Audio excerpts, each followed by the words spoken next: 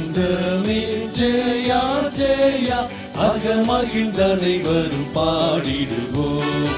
ஆனந்தமே ஜெயா ஜெயா அகமகிழ்ந்த அனைவரும் பாடிடுவோம். ஞான ரட்சகநாத நம்மை, ஞான ரட்சகநாத நம்மை இந்த நாள் வரை ஞாலம் அதினில் காத்தார். புகழ் ஆனந்தமே ஜெயா ஜெயா அகமகிழ்ந்த அனைவரும் பாடிடுவோம்.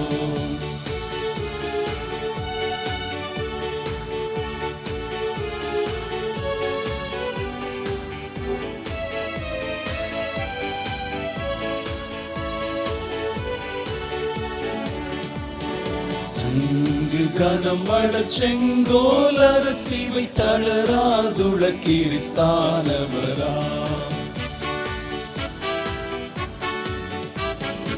எங்கள் இரட்சகரே சுனமை, எங்கள் இரட்சகரே சுனமை வெகு இரக்கம் கிருபையுடன் ரட்சித்ததால். புகழ் ஆனந்தமே ஜெயா ஜெயா அகமகிழ்ந்த அனைவரும் பாடிடுவோம்.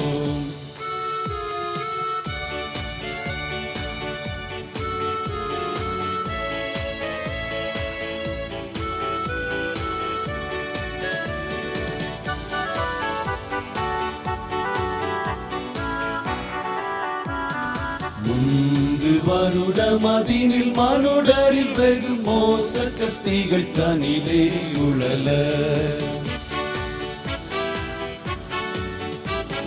தந்து நமக்குயிருடை உணவும், தந்து நமக்குயிருடை உணவும் வெகு தயவுடன் இயேசுத்த காத்ததினால். புகழ் ஆனந்தமே ஜெயா ஜெயா அகமகிழ்ந்த அனைவரும் பாடிடுவோம்.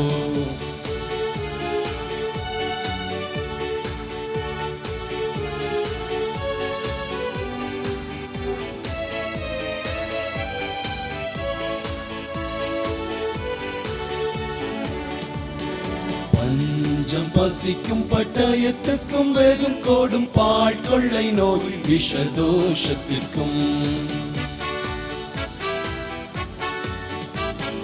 தஞ்ச ரட்சக தவித்து நம்மை, தஞ்ச ரட்சக தவித்து நம்மை இத்தரைதனில் குறைதனி தாற்றியதா. புகழ் ஆனந்தமே ஜெயா ஜெயா அகமகிழ்ந்த அனைவரும் பாடிடுவோம். ஆனந்தமே ஜெயா ஜெயா அகமகிழ்ந்த அனைவரும் பாடிடுவோம். பேரன்புக்குரிய சகோதர சகோதரிகளே, தென்னிந்திய திருச்சபை கன்னியாகுமரி பேராயத்தின் சார்பில் 2026 ஆண்டுக்கான மகிழ்ச்சியான புது வருட நல்வாழ்த்துக்களை தெரிவித்துக் கொள்கின்றோம். 2025 ஆண்டு முழுவதும் நம்மை நலமுடன் காத்து நமது தேவைகளை சந்தித்து ஒவ்வொரு நாளும் மகிழ்ச்சியும் பாதுகாவலும் நிறைந்த வாழ்வை வழங்கி நமக்கு ஆசி செய்த இறைவனை போற்றுவோம். 2026 ஆண்டை காண செய்த கடவுளுக்கு நன்றி சொல்லி புது வருடத்தில் கடவுள் அருளுகின்ற அனைத்து நன்மைகளையும் பெற்று மகிழ்வுடன் வாழ உங்களுக்காக இறைவனிடத்திலே மன்றாடி உங்களுக்கு புது வருட நல்வாழ்த்துக்களை கூறுகின்றோம்.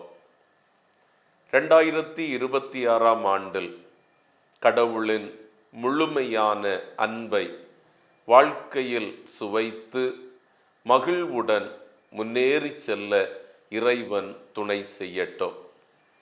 எரேமியா இறையுரையாளர் 31 அதிகாரம் 3வது வசனத்தில் கூறுகின்ற போது, அநாதி சிநேகத்தால் உன்னை சிநேகித்தேன், காருண்யத்தால் உன்னை இழுத்து கொண்டேன் என்கின்றார். இஸ்ரவேலர் சிறைப்பட்டு போன காலம் அது. விடியல் உண்டோ இல்லையோ என்று அவர்கள் தடுமாறிக் கொண்டிருக்கின்றார்கள். சிறையிருப்பிலிருந்து திரும்பி எருசலேமுக்கு மீண்டும் செல்ல முடியுமா என்கின்ற கலக்கம்.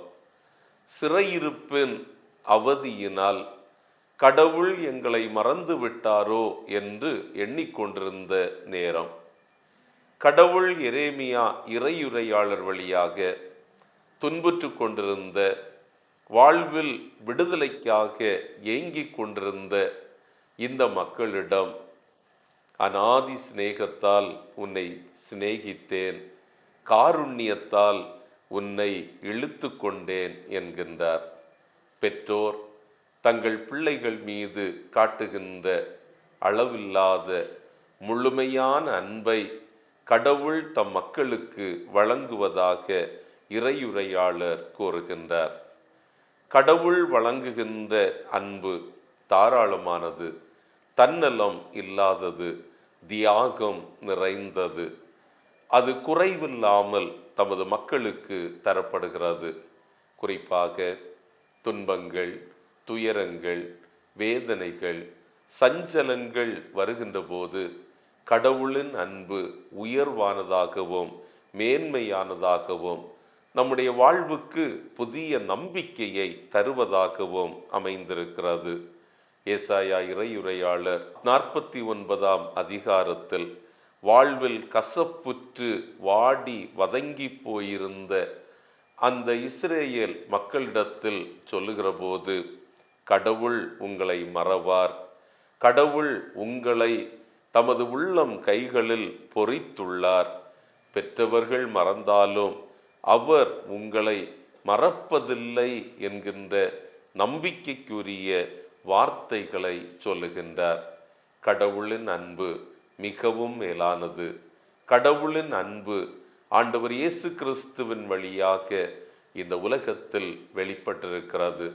2026ஆம் ஆண்டை சொந்தமாக்கி இருக்கின்ற நம்முடைய வாழ்வில் ஒரு மேய்ப்பன் தன்னுடைய ஆடுகளை மிகவும் கவனமாய் நடத்தி செல்லுவதைப் போல நமது ஆண்டவர் அனைத்து ஆற்றலும் பொருந்திய தாயும் தந்தையுமாகிய கடவுள் நம்மீது அன்பு வைத்து நம்முடைய வாழ்வில் எந்த குறைவும் வராமல், எந்த விதமான இடர்பாடுகளும் வராமல், எத்தகைய பேராபத்துக்களும் நிகழாமல், கொடிய வியாதிகளினால் நாம் பாதிக்கப்படாமல், வறுமை, கஷ்டம் போன்ற எதிர்மறையான சவால்களினால் பாதிக்கப்படாமல் நம்மை பாதுகாக்கின்ற ஆண்டவராய் திகழ்கின்றார். கடவுளுடைய அன்பை நாம் முழுமையாக உணர்ந்து, கடவுளின் அன்பை நாம் சுவைத்து வாழ்க்கையில் மகிழ்வோடு வாழ வேண்டும். 2026ஆம் ஆண்டு உங்கள் அனைவருக்கும் மகிழ்ச்சியான, வெற்றிகரமான ஒரு ஆண்டாக அமையட்டும். கடவுளால் கரம் பிடித்து நடத்தப்படுகிற ஒரு அனுபவத்திற்குள் நாம் எல்லோரும் கடந்து செல்லுவோம். கடவுள் காட்டுகின்ற தாராளமான அன்பை நாம் பணிவுடன் சொந்தமாக்குவோம்.